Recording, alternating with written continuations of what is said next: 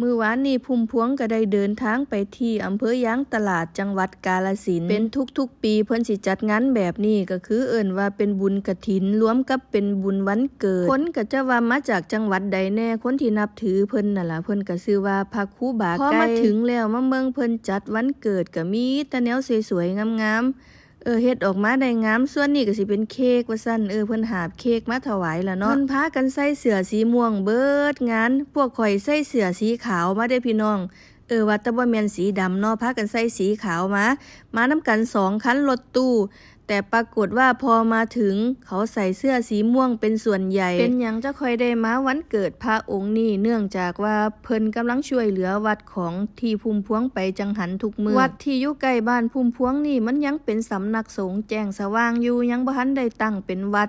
แต่เพิ่นมองเห็นความสำคัญแล้วว่าประชาชนมาวัดหม่องนี้หลายเพิ่นก็เลยสิซอยในการตั้งวัดนั่นเองตอนแรกการแก้ปัญหาของเพิ่นก็มีแต่วัดกับพระต่อมาก็เป็นปัญหาของชาวบ้านนำเพิ่นก็ได้ซอยชาวบ้านคือกันซอยเรื่องหยังว่าติข่อยสิยกตัวอย่างเนาะสมมุติว่าหม่องนี้ขาดคลองน้ำหรือสะพานเฮาอยากให้สะพานหรือคลองน้ำเชื่อมต่อกันอีหยังสักอย่างเพื่อให้ถือความเจริญเนาะเพิ่นก็สิมีงบมาให้หลักหลายๆล้านพุ่นล่ะ